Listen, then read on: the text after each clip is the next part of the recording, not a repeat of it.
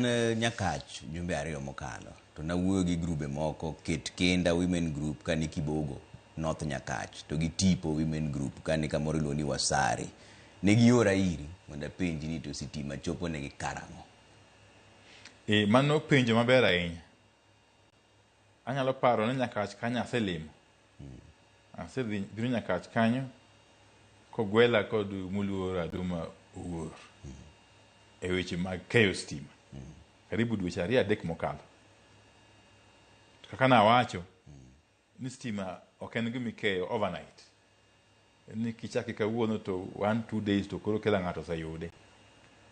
En gima dhi step by step. Nikech odwaro pesa.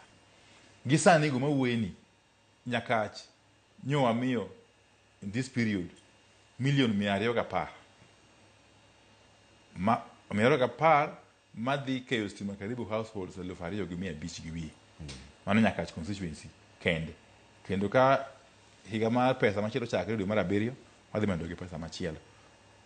Koro en shughuli, en jukumu mar mbunge. Nikech wana ka ministry watiyo kod jogo moyier ma jood bura mamalo. En kod jukumu mar office mar mbunge ma Nyakach mondo identify priority areas. Nikech Nyakach te to dwaro stima. Kendo nego bed ni miyo gi stima. Tadiera makende en ni pesa mar sirikal mantie gi budget ok nyal romo mondo mi jo Nyakach te stima within one financial year.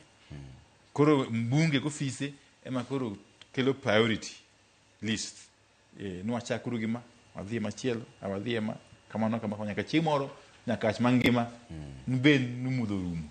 Koro ema ler kende. Ma wach ni aduok ni Aduma Owuor. Duok ni Aduma Owuor ma bende en osiepni ang'eyo. Tabe en osiepna ahinya. Aduma nowago mabor ahinya weche mag kedo ne piny. An ga diera ni wach no ni e chunye kendo ni e pache. Abro konyora kode. Kiso nyisa. Abro konyora kode mondo ane konya otim.